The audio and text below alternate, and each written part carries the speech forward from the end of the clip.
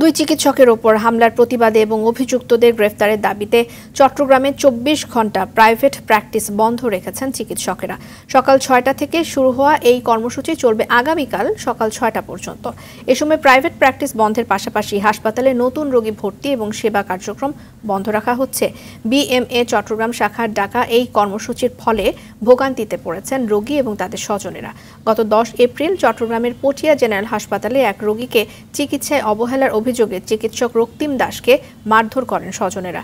দুদিন পর Chittagong medical centre হাসপাতালে আরেক চিকিৎসককেও মারধর করা হয়।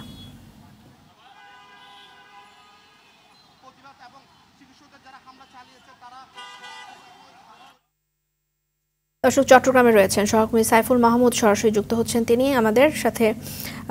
সাইফুল, রোগীদের দুর্ভোগ নিরসনে চিকিৎসকদের কর্মবিরতি প্রত্যাহারের কোনো উদ্যোগ দেখেছেন কিনা? রিজওয়ানা যেমনটি বলেছেন, আসলে চট্টগ্রামে সকাল ৬টা থেকে আগামীকাল সকাল ৬টা পর্যন্ত যে কর্মবিরতি চলছে সেখানে কিন্তু রোগীদের দুর্ভোগে পড়েছেন। আমরা দেখানোর চেষ্টা করছি একটি ডায়াগনস্টিক সেন্টারের সামনে কিন্তু এখন রুগী এসেছেন। রুগী কিন্তু ঢোকার কোনো সুযোগ নেই।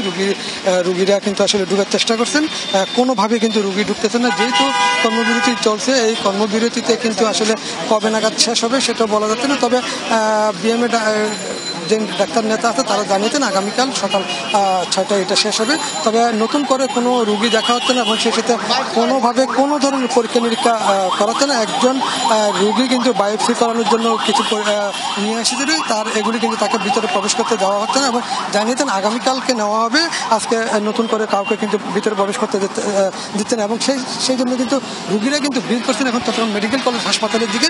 চট্টগ্রাম মেডিকেল কলেজ হাসপাতালে ভিড় করলেও কিন্তু সেখানকার ডাক্তাররা পরীক্ষা নিরীক্ষা করার জন্য কিন্তু বেসরকারি যে ডায়াগনস্টিক সেন্টারগুলো আছে সেখানে পাঠাতেন। সেখানে পাঠালেও কিন্তু রুগীরা কিন্তু ঝামেলায় পড়তেছেন। যেহেতু কোনো রুগীকেই কিন্তু ভিতরে প্রবেশ করতে দিচ্ছে না পরীক্ষা নিরীক্ষা করার জন্য, সেজন্য কোনো রুগী ভিতরে প্রবেশ করতে পারতেছেন এবং রুগীরা কিন্তু জানিয়েছেন তারা কিন্তু অনেক দূর দূরান্ত থেকে এসেছেন। তারা কিন্তু আজকে যদি পরীক্ষা নিরীক্ষা করতে না পারে তাদেরকে আবার আগামীকালকে আসতে হবে এবং অনেক দূর দূরান্ত থেকে আগামীকালকে আসাও কিন্তু তাদের জন্য অনেক কষ্টসাধ্য ব্যাপার হয়ে দাঁড়াবে। তবে নতুন করে কোনো রুগী ভিতরে প্রবেশ করতে দিচ্ছে না এবং রুগী যারা পুরাতন রুগী আছে ভর্তি আছে তাদেরকে সেবা দিচ্ছে এবং সেই সাথে যে বিকালবেলা ডাক্তাররা প্র্যাকটিস করে সেই প্র্যাকটিসে বন্ধ থাকবে বলে জানিয়েছেন। তবে আগামীকাল এটা স্বাভাবিক হতে পারে বলে ধারণা করা হচ্ছে। রিজওয়ানা, এই ছিল আমার কাছে এই মুহূর্তে ডাক্তারদের কর্মবিরতি নিয়ে সর্বশ্রেষ্ঠ। ধন্যবাদ সাইফুল।